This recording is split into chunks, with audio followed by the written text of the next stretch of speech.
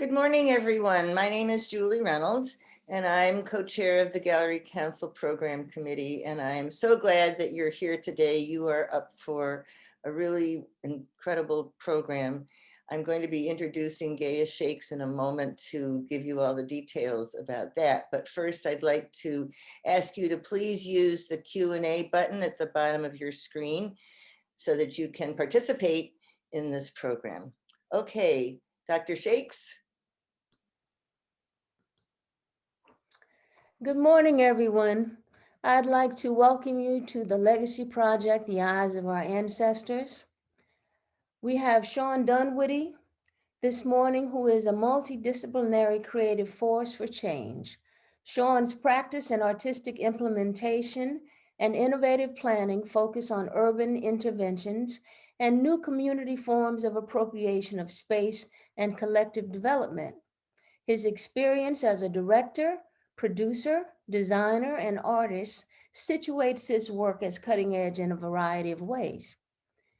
Shaun Nelms is the superintendent of educational partnership of the Rochester City School District East, Lower, and Upper Schools, and the University of Rochester co-honor director for the Center of Urban Education Success. Dr. Nelms leads the center's efforts to support the success of K-12 urban schools, both locally and nationally, through a combination of research, relationship building, and a commitment to pursue and share best practices. Jason Willis is the Director of Youth Services for the City of Rochester and was the former Director of African American Studies in the Rochester City School District. As part of his community work, Dr. Willis is a local and national advisory board representative for Teen Empowerment, a nonprofit organization committed to hiring youth and utilizing their abilities to positively impact peers in their circles of influence. His pedagogy of teaching and learning is steeped in the experiences of youth from marginalized communities. Our first presenter is Dr. Nelms, so please welcome him. I hope you enjoy the presentation.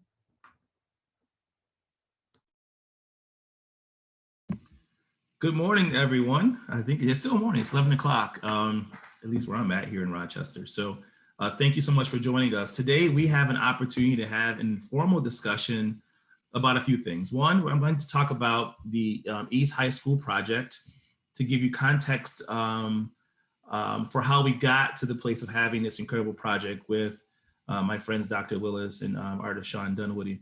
And then Dr. Willis is going to go in depth about some of the individuals that we highlighted in this EYES project to further explore the importance of these individuals to our great society. And last but certainly not least, one of the most talented individuals I've ever met in my life, Shawn Dunwoody, will walk us through his thinking, his artistic form and expression used to create these panels, and what it meant to him and what it means for future projects within our community. So I will start to talk about East. So East High School is a school situated in the city of Rochester, and East was the lowest performing school in the lowest performing district in New York State several years ago. And in 2014, the New York State Education Department decided to partner with the University of Rochester to assume responsibility of this school in the form of what is called receivership. The partnership itself was created to help the community transform the school from being low performing to one that would be in good standing by the end of the original 5-year agreement. What the University of Rochester thought they were entering into was much different. What we realized at East, where at the time the graduation rate was 29%, yes, that's 29, it was 29% graduation rate, and it was trending towards 19, is that there were very significant issues within the school that led to its demise. And anytime that you see a school system where you have 29% of the kids graduating and nearly 52% of the kids dropping out, you start to ask questions a little bit differently. Questions like, what happened to this school as opposed to what's wrong. What's wrong often puts the onus on the students, the families, and teachers. What happened forces you to think about the systemic issues within the school. So knowing that these issues were systemic in nature, we decided to work with teachers, students, and community members to develop a plan to address the systemic issues within East. We focused on revamping our entire curriculum, which emphasized the contributions and excellence of people of color. And this project is a great example of that. We redesigned our curriculum to ensure that there was a standard of excellence that was established first. And so all of our efforts were moving towards that standard that will prepare kids for college, work, or career after high school, but to also become individuals who are empowered to use their voice in critical decision-making as they get older. We also focused on resource allocation. So we asked ourselves, how should we use our resources to better inform not just our academic initiatives, but also our culture and climate goals and aspirations. And so we poured a lot of money into the arts, into music, into athletics, into clubs like the gaming clubs to really engage students and to address the issues that students identified as being an impediment between them engaging in schools authentically and feeling like schools was an extension of their constant state of boredom. And last, but certainly not least, we wanted to develop very robust relationships with community leaders like Dr. Willis and Shawn Dunwoody, who would bring a new element to the school that would sustain us over time. Working with our students, our parents, and our English teachers, we focused on the book, The Eyes Were Watching God. And this book, as Dr. Willis will explain a little later, was an opportunity for us to say, often our students don't see a positive self-image of themselves or their past. A lot of time they learn about Black culture and brown culture through slavery and negative depictions of American society. But what if we focus on those individuals who have contributed to our fabric in more meaningful ways, locally, nationally, and internationally? And then what if our students were reminded of them and their sacrifice daily to inspire them to be even greater? And this project emerged. And so what you'll see from Dr. Willis and what you'll hear and see from Shawn Dunwoody is a collaborative approach for us to do what our original standard set out to do. And that was to have our kids and our family and our community reflected in our school curriculum, reflected within our school's walls in a way that would inspire them to be all that they seek to be. And so the Eyes Project was formed, and I think you'll enjoy part of this conversation. And we're gonna leave ample time at the end to answer questions, not just about East, but about the project itself, because we wanna talk more about the art and the artistic expression used for this project. I would be remiss if I did not mention, in the beginning, I said the graduation rate was at 29% and trending towards 19%. And I'm glad to say 5 years later, the graduation rate was 78%, and it's still climbing. We hope to surpass 80% at the end of this school year. We were talking about the same kids from the same neighborhoods with the same abilities. The only thing that changed really was the expectation, the empowerment and engagement that we gave the adults and kids in the system, and the way in which we partner with incredible individuals like Dr. Willis, Shawn Dunwoody, and even folks from the MAG. Many of our students served as docents 2 summers ago. They've participated in art projects using MAG resources. And as a University of Rochester project, East has benefited from the incredible in-kind and fiscal support of individuals associated with the University of Rochester in its many departments. So without any further ado, I'm going to turn it over to Dr. Jason Willis, who will talk about the history behind some of the individuals. And again, I'll be back on the line towards the end to answer questions about the impact of this project and what we see moving forward as a school community. Dr. Willis. Yeah, so it's certainly a blessing to be here with you this morning.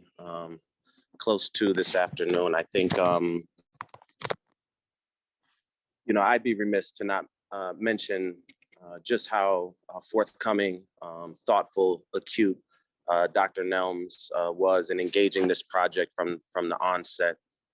In full disclosure, we had a conversation about how it is that we could utilize resources to bring a culturally responsive, artistic, environmental change to the building, something that had a sustainability, that wasn't going to be kind of a one-off program by bringing someone in, even though we know that when done really, really well, that too can have some really low-lying fruit. We wanted young folks, and Doc talked about kind of the what ifs. What if a young person kind of imagined, we recognize that Rochester is a safe city. We get many first-time Americans that are here, sometimes coming from Civil War in their home countries, and making it, in a lot of ways to the United States, and certainly blessed to be kind of within our embrace here. And a lot of times they come, obviously, with language challenges, the ability to transcribe what's going on in the school setting, but to be able to look out the windows and see Ian Omar wearing a hijab might bring them a sense of I see you. And I think that there's certainly, and we'll get to kind of the parlay to Shawn Dunwoody, the doctor of art, and certainly a treasure of Rochester, New York. This project was a very organic project. I say organic in terms of, very early on, we knew that the project needed to come from the parents and the families. And so the evaluator and the researcher and me wanted to really follow the scientific method as we thought critically, but certainly didn't want it to just be our thumbprints on the project. So we knew that the survey had to go out. We knew the population that it had to go to. We were very, very clear with what we hoped our intentions would be as the residual outcomes from a project like this, but certainly we didn't have the vision from the beginning. So, really, and quite simply, we asked young people and parents and families, who are the people that you identify within, whoever it is that you identify, whatever cultural background that you believe was meaningful to you. And then we just coded for frequency. We were able to just be blessed. Some of the people that weren't on the list might be like an Angela Davis, but our young folks were thinking about these historical people. Celia Cruz, right? What a powerhouse she was in terms of music, but also moving the culture. We had kind of the core people such as Malcolm X, Harriet Tubman, James Baldwin. Talk about being blessed to be a part of the narrative, but also the literature ascribed to the narrative, and the way in which he unabashedly and as an advocate just really drove through a lot of walls and barriers that were impediments for people of color and communities of color. And when you're a part of a project like this and you're talking about doing something that's culturally responsive outside, when you're really involved in the process of what would be meaningful, it would be silly to not engage Shawn Dunwoody in this process, especially here in Rochester, New York. And Shawn and I had done some work previously, and his ability to sit and confer, really be belly up and thoughtful about what the message that we wanted to convey, and how it is that we could use something like literature and the alignment to the curriculum, right? All of this thread is what we hope to build as we make meaningful, experiential, problem-based projects for our young people. This is just, right, a microcosm of that on a different level. Our young people within the modalities that they learn are right hemisphere. So the arts and verb movement being really attached to the relationships, Shawn making himself available so youth could see how it is that he took a piece of canvas or pliable, I don't know, boat material. I don't know what this guy uses. He's brilliant. But to really do that in a way in which allowed young people to be a part of the project when they, voted on the survey some months prior. I don't know if they actually had the vision of what would come. This is our Rochester wall, and so it's marked by Susan B. Anthony, Garth Fagan, Constance Mitchell, certainly Dr. Anderson, Frederick Douglass, the Honorable Lovely A. Warren, just so many folks that have been here and have been putting in work, have been thoughtful. Some of those treasures are still alive, and some of those folks have transitioned. So, I really feel as if this is the type of project that will kind of like fine wine, get better with time, and certainly was a blessing to be a part of, to be able to have the opportunity to engage you all in a project like this. And the last piece is, it's really almost a 360 view. So it doesn't matter what window you look out, in some way in which you'll be influenced or have the potential to be motivated in a different way. And, Dr. Nelms doesn't have to be in the room. Shawn Dunwoody doesn't have, Dr. Willis doesn't have to be in the room. When you do something like this, it kind of speaks in part for itself. So we're certainly blessed to speak to it. I'll let Shawn kind of talk about the project. Shawn Dunwoody talk about the project from his lens. But just as for myself, this was something that I'll always remember. So I'm certainly thankful to be a part of it.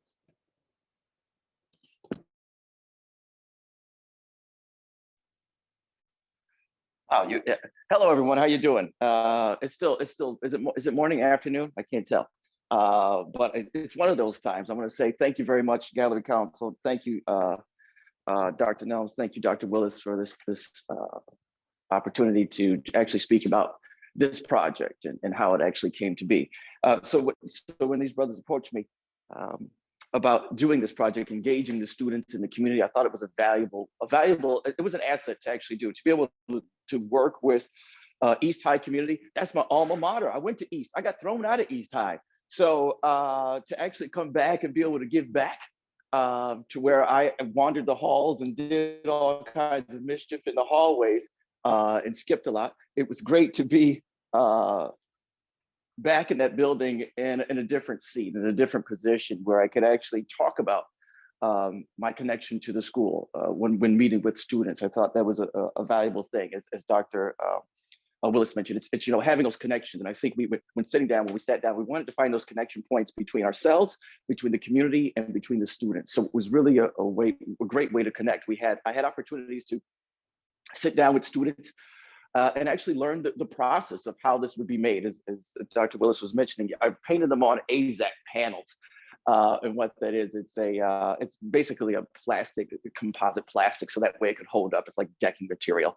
And oh, you dropped something in the chat there. I get easily distracted by that squirrel. And so working on these panels, I had the opportunity to work with some, as Dr. Willis mentioned, some new Americans on actually depicting people that they felt comfortable about, or people they wanted to connect with. So we actually had a lesson in how to actually do this. And from that, I got the opportunity to work with some of the students from East High to paint these panels. They would come here to my studio. It didn't look like this at the time. If you watch this video, you would see it like this at the time. And really be engaged in the process and really looking into the eyes. I got to go into that. And I think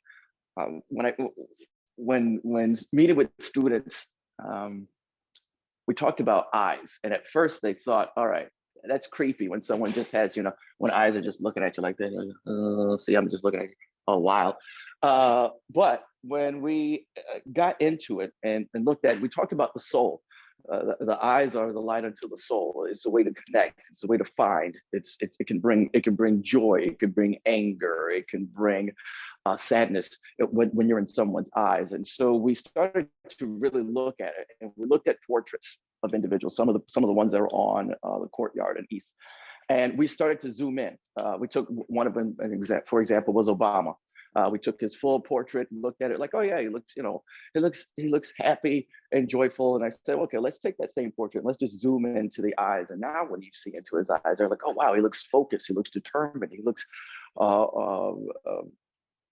looks really on a mission to get something accomplished. And I said, yes, it's all in the context of how you want to approach it. I think when you approach someone, when you look someone in the eyes, you can begin to feel what they're feeling, and you can actually, it can reflect and project on one another. So this is where we found the eyes. So after talking with students and talking with folks about, having that connection with the eyes, they're like, okay, that makes sense. Instead of at first when you say, ooh, we're just going to paint a bunch of eyes, people are like, ooh, that just sounds like Big Brother's watching you, or just couple of creepers, and it sounds spooky that there's just eyes watching you.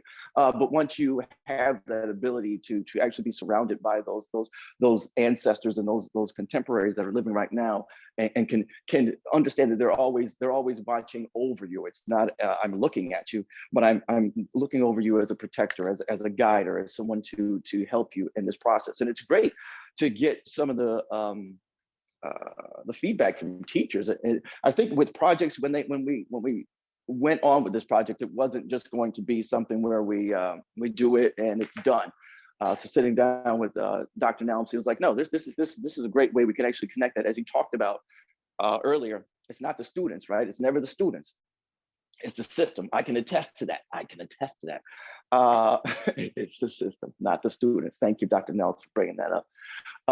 But what he said was, let's really approach this in a holistic way. It's not just about portraits of eyes or historical figures. He said, let's figure out a way. Let's actually do it. Not figure out a way. He said, let's weave this into our curriculum so that it touches in our history.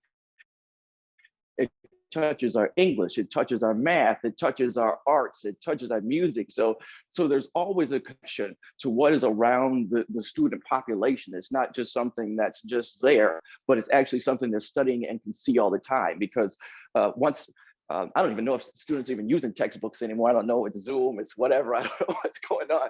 But the minute you close that laptop or the textbook or whatever else, and you start to walk those hallways when they return to school, you tend to sometimes forget what you just studied or what you learned. But Dr. Nelms and Dr. Willis realized that, when you have these surrounding faces or bodies about the school building, when you're walking around those halls, you're always reminded of the constant reminder of Maya Angelou or Harriet Tubman, or whatever they stood for, and whatever the mission they wanted to bring to the world, and how that affects you, and how you are now then the vehicle for change. And I think that was one of the strongest points, is really getting to understand you're the vehicle of change. You're the future. You are this right now. You are creating history. You are the history right now to be created. I think that's one of the strong connection points that's really there.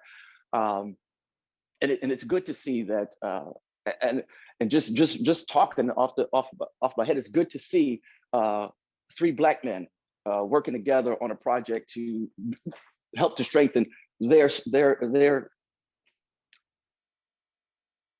people, their young people. I think that's important. I think that's important to see that there were 3 minds and three Black males that came together and said, hey, we can do something. We're going to get it done.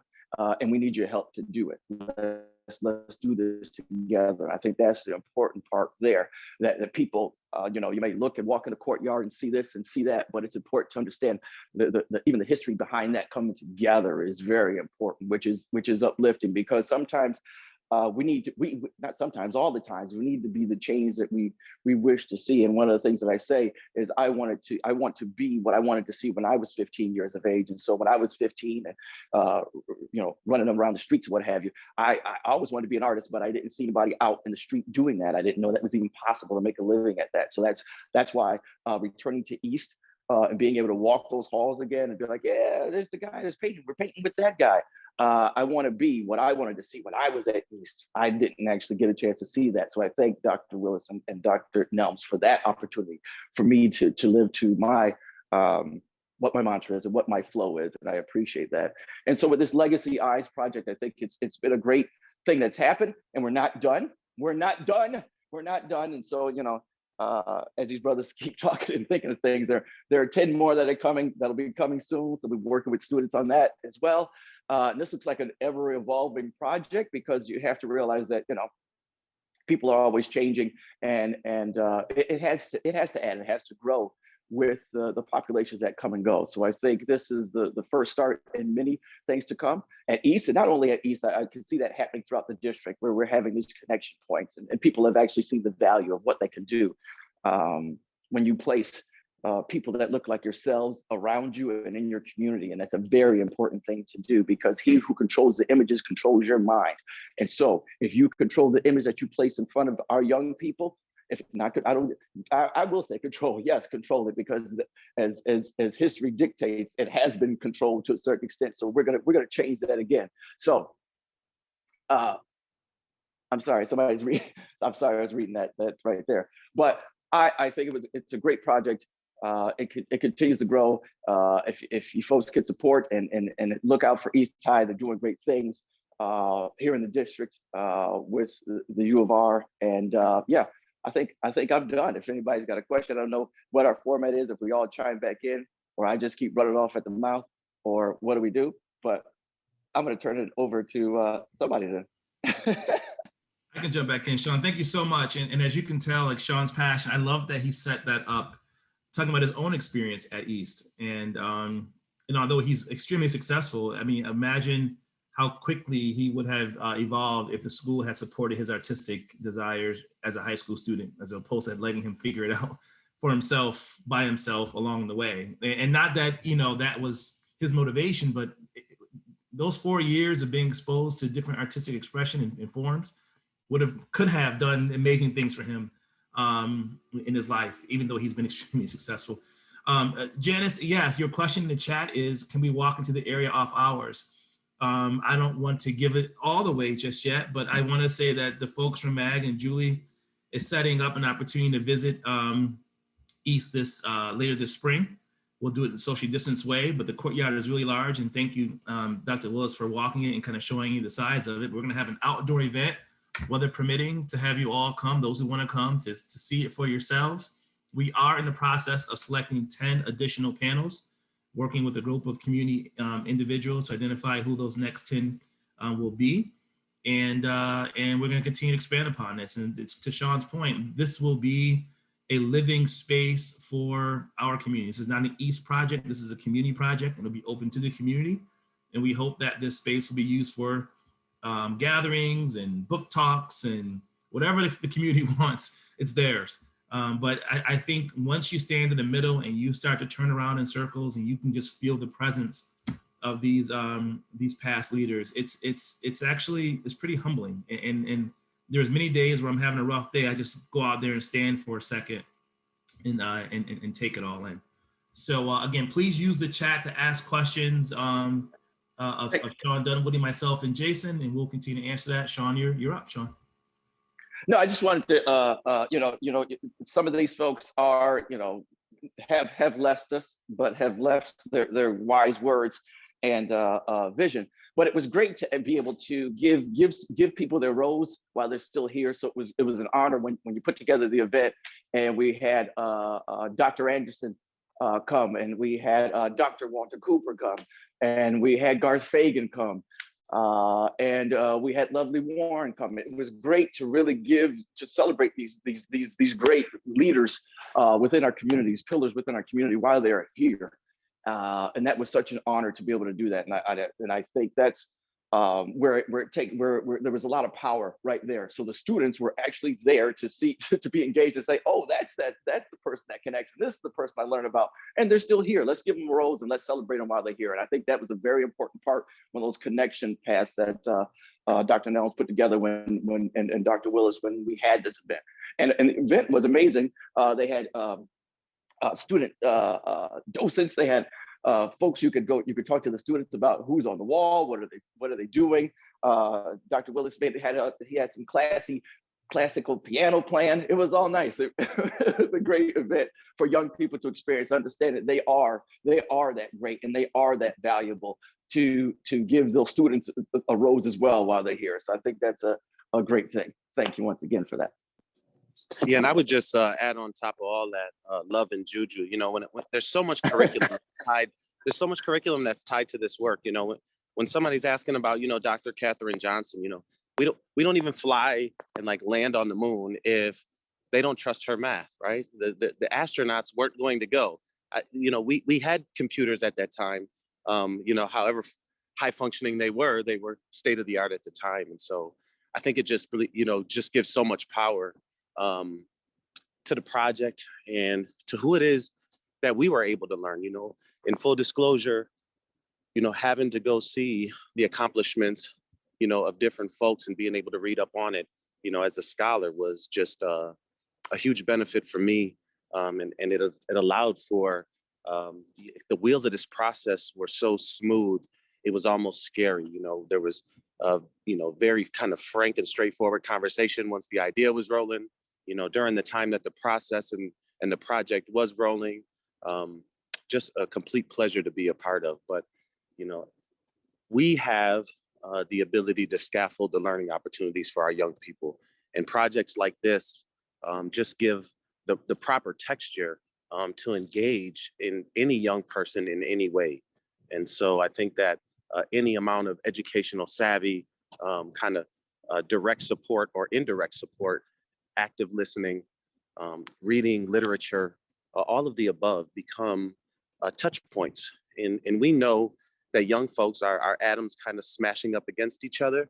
But we are one of those touch points when we make ourselves available, when we do things with love and service at mind and at heart, and allow that to be the platform by which we spring. So to work alongside these men has been amazing. And I'm obviously looking forward to all of the work that we'll continuously do, this project notwithstanding.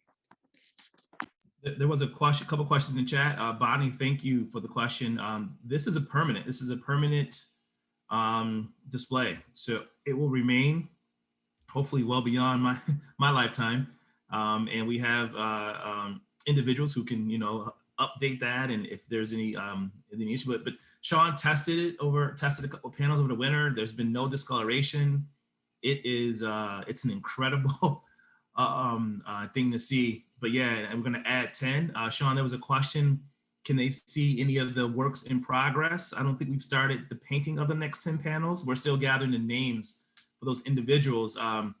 Dr. Willis will share with this group at a later date a video that actually does show some of the eyes being worked on with students in the gallery. So we'll make sure that video gets out to everyone, where you'll get an opportunity to see the work in progress. There's a couple other questions. The students do the painting of the eyes, Shawn, and is it in black and white for a reason? Yes, here's I'm trying to just show some of these. I don't know if you guys could share my screen, Yes, but I see my screen. But there are some of the progress shots, but there are some. I'm trying to dig through my photos. There was step by step. So students did work on them. So we did sort of a paint by number process. So what they did was we would project these eyes onto the panels, and they would actually trace out blocks of color. And so we worked in six shades of, actually 5 shades of gray is what we worked in. And from there, we then blended those together. So it looked pieces, and then we worked on the blending and worked that together. So yes, the students did work on those. Some students from School of the Arts and some students from East High did work on those panels. So they were actually engaged in making it happen, from sanding the panels to projecting to painting on the actual panel. So they were there in the process, so they understand how that all works out. So yes, I hope that answers your question. I forgot the question. And Shawn, the other question was, did you choose the black and white or gray for a reason? Yes. Black and white. When I actually talked to the students, I did ask them, how do they feel about black and white? And some of them felt, yeah, it should be in color. Some of them felt, black and white is cool. And so just kind of a consensus really happened, and I was like, okay, well, we'll go with black and white. And it sort of connected with just having just that there's no distraction. of, what might be in the background. Is there a green background? What what do we do as far as the environment around it, so that your focus is just on the eyes? And that's where we wanted the importance to be at, is just on the eyes and not worried about any other placement. And plus, in looking at design wise, it actually stands out. In the courtyard, as you can see what Dr. Willis is showing there, it stands out. So it does bounce off of those deep orange panels that the rest are.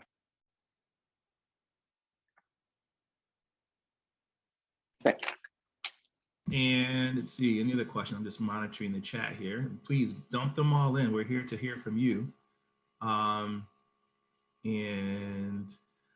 shared a couple of videos in the chat. I've shared 2 videos, one from News 10 and one from News 13. Again, Dr. Willis will follow up and send the link out to Catherine, Julie, and Gaia, who can send it out to you all, to those who've signed up. Thank you. Over 60 of us on this chat, which is amazing. I also shared a link to a platform called elevatededucator.org. Just a shameless plug here. We are serious about making sure that our students see themselves and their community in the curriculum that they experience daily. And so the University of Rochester, under its Center for Urban Education Success, or CUES, has uploaded a bunch of lessons that were created by teachers within the district at East, for teachers throughout the country to be able to have access to. We believe that that curriculum is a moral contract with our community. And if we don't have our students and community members present within our curriculum, we're doing them a great disservice. What we choose not to include is just as important for what we do include. And so this particular platform allows teachers to go in and see how to get started and the thought process behind having representation in the arts, in music, in math, and phys ed. It's not just an English and social studies initiative. This is about getting all the kids to see themselves in everything they do daily. The question that Ms. Shakes asked Jason, Dr. Willis, you can answer this question. What were some of the texts that the students used? And what was the process for getting them to be knowledgeable about the artist when we did the grand opening? Yeah, so, first of all, the students for the grand opening, the space here at the EPO was just tremendous, and it was organic, and it was thoughtful, and in large part a contribution of many different extensions of, the work that we sought to do from the beginning, and certainly the power that it galvanized as we continuously moved along in the process and on the project. So I think that, we kind of front loaded that knowledge and allowed students to have at the very least 48 hours practicing a piece of a bio of the individual, so that they had a level of comfort. Certainly gave them some soft professional development opportunities in that space. We front loaded them.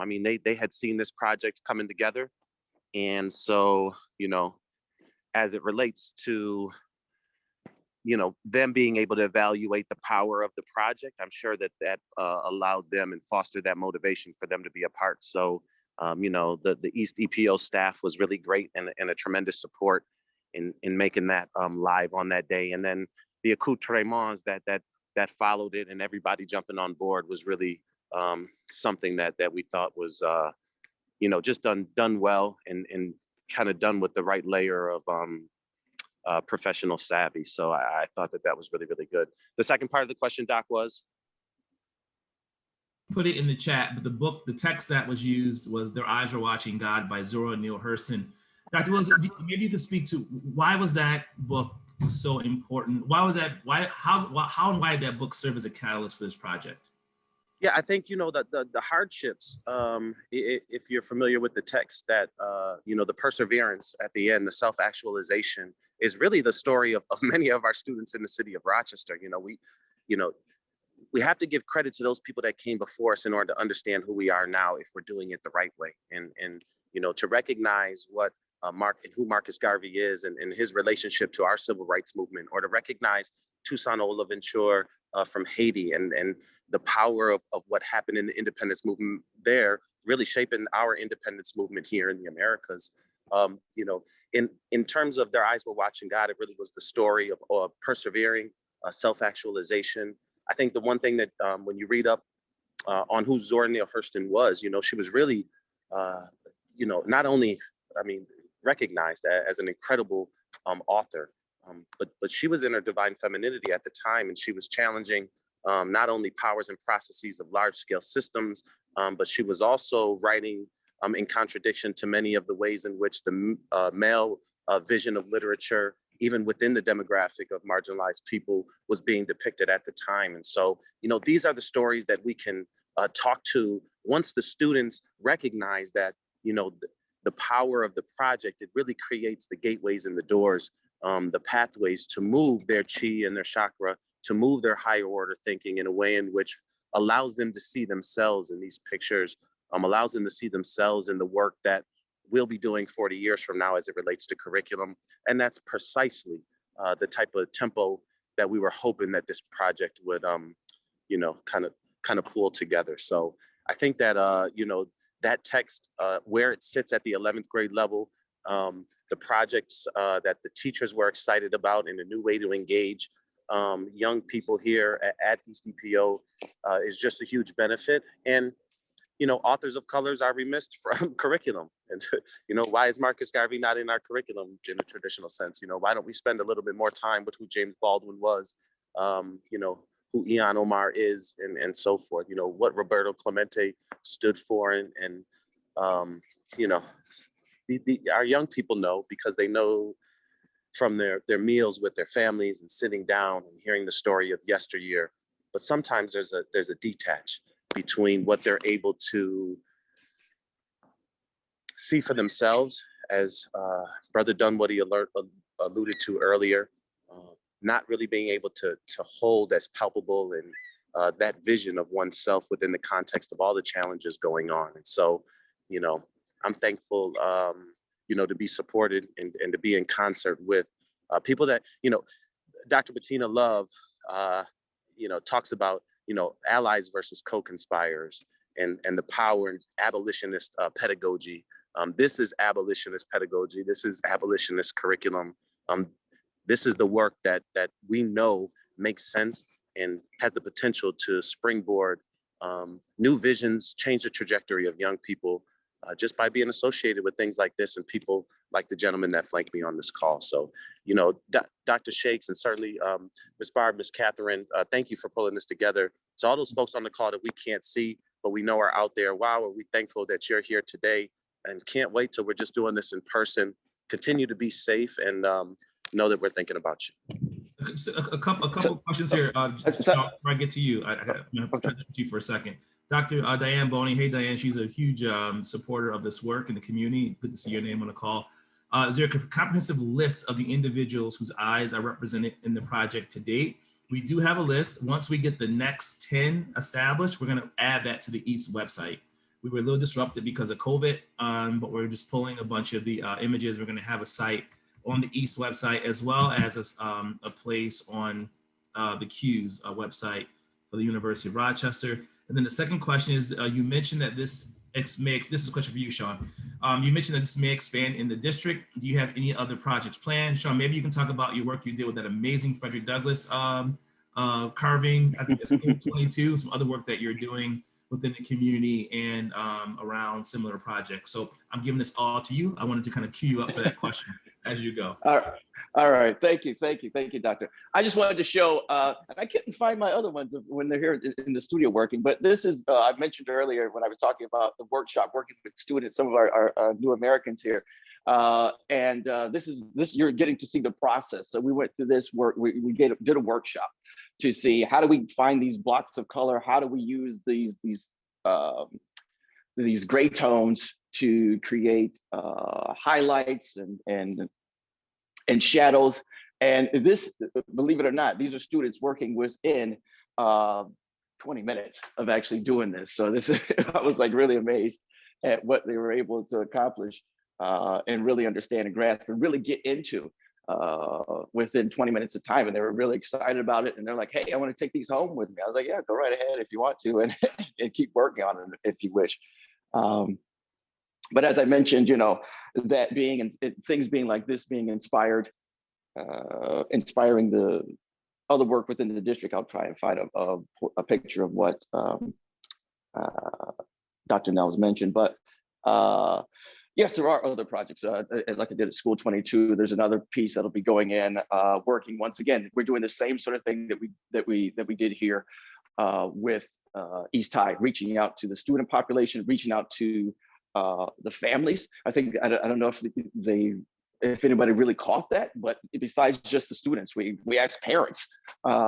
They sent things home and said, "Hey, who inspires you? Who affects you?" So you can have that. So parents and children are having that conversation outside of school, and then bringing that information back into schools. I think that's really where once again where Dr. Nelms talks about changing the system, the way in which the school operates. So this is really bringing the parents into fold to make that happen. But I think it does inspire once people see that, once again, once you have those images and pieces and places of that reflect who you are within your neighborhood, really show. I'm looking and trying to find what Dr. Nelms talked about here, but that really inspires you. So I think that's really an important piece. And and I'm also working on another piece that'll be currently working on a bus that'll be installed at Eastman School of Music, dedicated to William Warfield. So that should be coming out this spring as far as the sculptural piece. But I'll just talking about folks and how you can create that story. And I'm just going to click on a few things here. Give me 2 seconds here. And making those connection points. So one of the pieces that was done at School 22 is a life-size relief, a bas relief of Frederick Douglass and Abraham Lincoln. And I'll tell you the story as to how this came about and why it came about. And I did work with students on this as well. They learned the process of working with clay. They helped me cast this piece, move it, do the patina and everything on it. But when working on this project, it is Abraham Lincoln School. But I felt there should be a stronger connection to Rochester, even though, Abraham Lincoln did stop here. You can see his placard over there by 490 and State Street. But I think it was important to bring his connection to Douglas here. And that story is actually played out on the plaque that is next to the piece. And I wanted students to be able to be in contact and be able to touch this art. I think in my public art, what I want to do is bring it down to people's level so they can engage with it, so they can be part of it. So students can actually walk up and touch their hands and touch the book and actually be part of that. So in this, I'll give you the brief synopsis of the story. Frederick Douglass is going to go meet with Abraham Lincoln at the White House.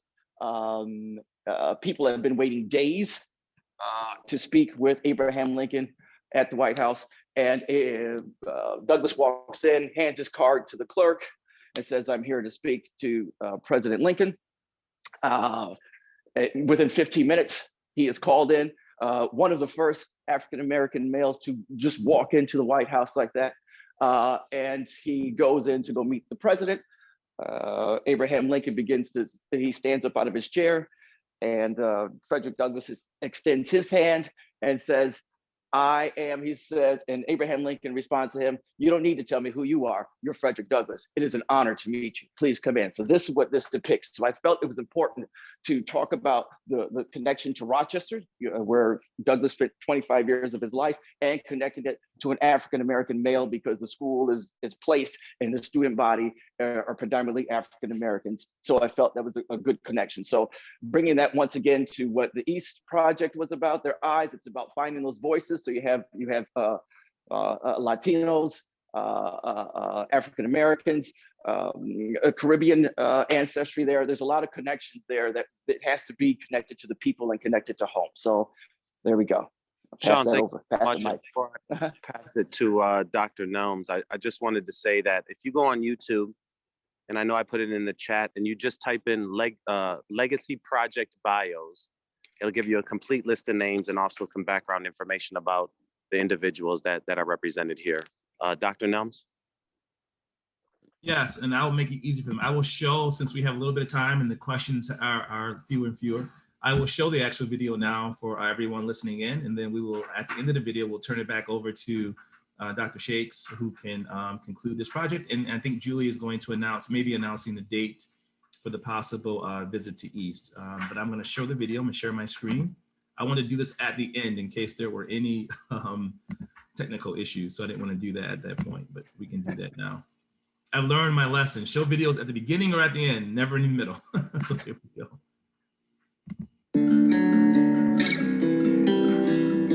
You all see that?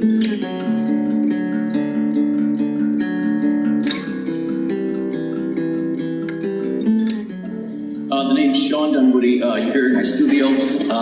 It's in these winter months as we stay bundled up. I'm working on the Eyes project. It hasn't had its full title yet, but it's kind of based on Zora Neale Hurston, The Eyes Were Watching God. And what we did was we took information from East High students and East High community members to ask who would be some of the individuals you would like to see around you and see the connection between your movements forward ahead in your life and how those individuals connect. And then we'll be going into the East High courtyard so that we can have a gathering place to really discuss these individuals in the curriculum. So it actually becomes this artwork, actually becomes part of the curriculum. Spent a lot of time skipping in these halls and running around and acting a fool. Didn't think I'd ever be back installing artwork and it getting kicked out of class and everything. It'll be along this wall. Two middle panels, two little bars there, and two middle bars on this side. You can see one is already in place. No, I'm not installing them. The district is actually installing these pieces, so I don't know when they're going to do that, seeing is that, Christmas and holiday time, Hanukkah, everything's going on. Kwanzaa, I don't know when they're going to get around to it, but I think they're going to be doing it sometime toward the end of this month, or maybe tomorrow, I don't know when. The plan is to have everything up for a January unveiling, I believe it is. So, first of all, Tom, really grateful. Thank you so much for your work here. Really feel a lot of power when we have district allies such as Tom and his crew to come in. If you could talk, Tom, just for a moment about some of the things and considerations with a project like this from a building-based and a project-based perspective. What was really important to us is we just got through replacing all these exterior panels throughout the building as part of the modernization effort. And of course, applying these pieces of art, we wanted to make sure it was done in such a way that it didn't jeopardize the water integrity, waterproof integrity of the existing panels. So we spent a lot of time coming up with the actual attachment mechanism, how we would do it without actually damaging the existing building and also protecting the waterproof membrane. So we amassed 28 names of individuals whose portraits they would like to see, these up-close, in-depth portraits in their eyes. So when one looks at these eyes, they can see themselves. We've been working on this project now for about a year, making sure we get everything together, all the pieces and parts, and all the strong families engaged in this process. And it's been a wonderful project to be working on with so many great hands and so many great minds wanting to move this forward. And I can't wait to see, no pun intended, how this all plays out when it's installed.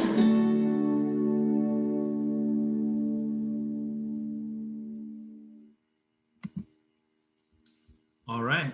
Well, thank you all so much for being an attentive audience, for asking some incredible questions, and for allowing us to bring a little bit about this work at East and this community work to a broader audience. It's extremely important that we continue to support the arts and support the future Shawn Dunwoodys of the world, who have this artistic fire burning inside of them, and maybe sitting in a school that doesn't give them the opportunity to share that talent and skill. And we're hoping that East serves as a proof point that when you unlock the minds and imagination and skills of students and then get out of their way, amazing things can happen. So with that, I will turn it over to Dr. Shakes, to Ms. Reynolds, and to Ms. Jagger.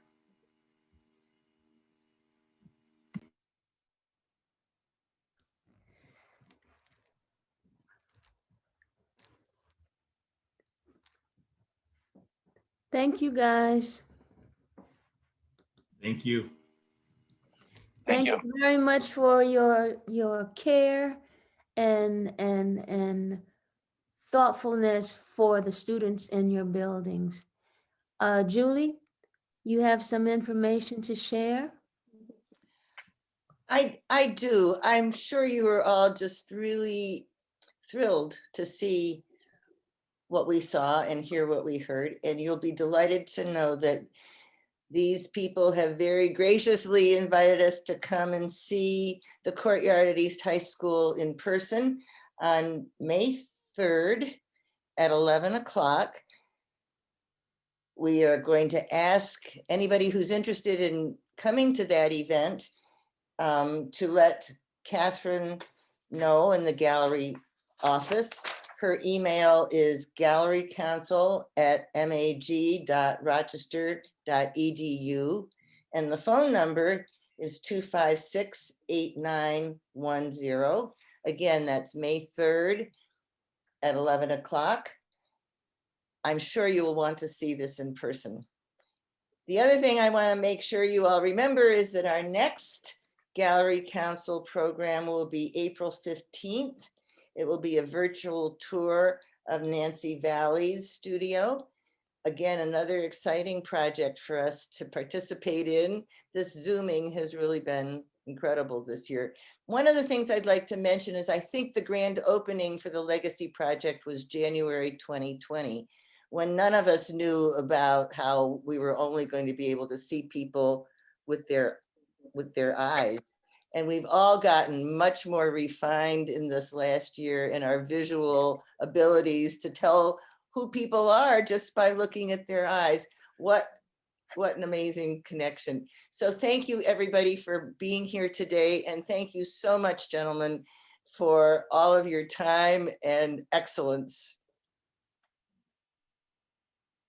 Thank you.